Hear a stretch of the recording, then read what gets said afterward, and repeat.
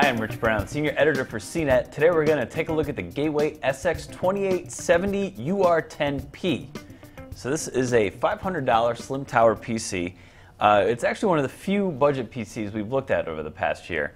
Now, despite all the talk about tablets and touchscreens and other sort of growing PC categories, the budget PC market is actually pretty stagnant. There's not a lot of difference between this system today and what you could maybe get for a couple $100 more last year.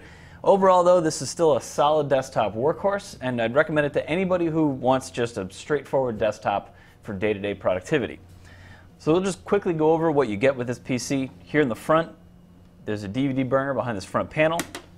Down here, you get a couple USB ports as well as a media card reader.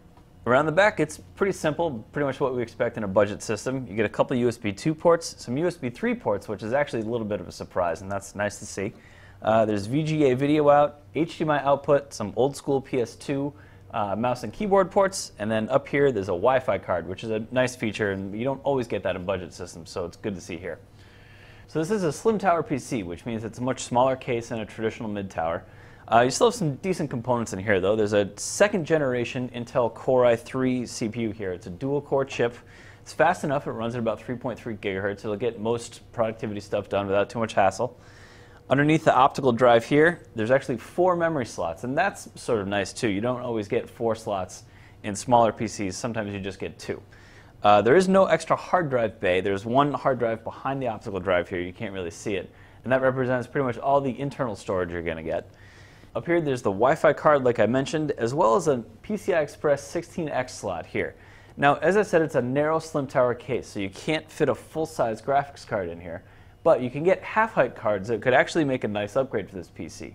It won't make sort of a powerhouse gamer, but you can put a budget-priced half-height card in here and get actually some decent gaming performance on it if you want to stick to 19:10 resolutions. So that's pretty much the story with this PC. It's for basic productivity, and you can actually maybe use it as a living room system. It's a little bit big, but it's small enough that it won't make too much of a mess in your home theater setup. And the HDMI output actually makes it easy to connect to a television. Overall, though, I'd recommend this to anybody who needs a straightforward system for day-to-day computing or maybe some light-duty small office work. So I'm Rich Brown. This is the Gateway SX2870 UR10P.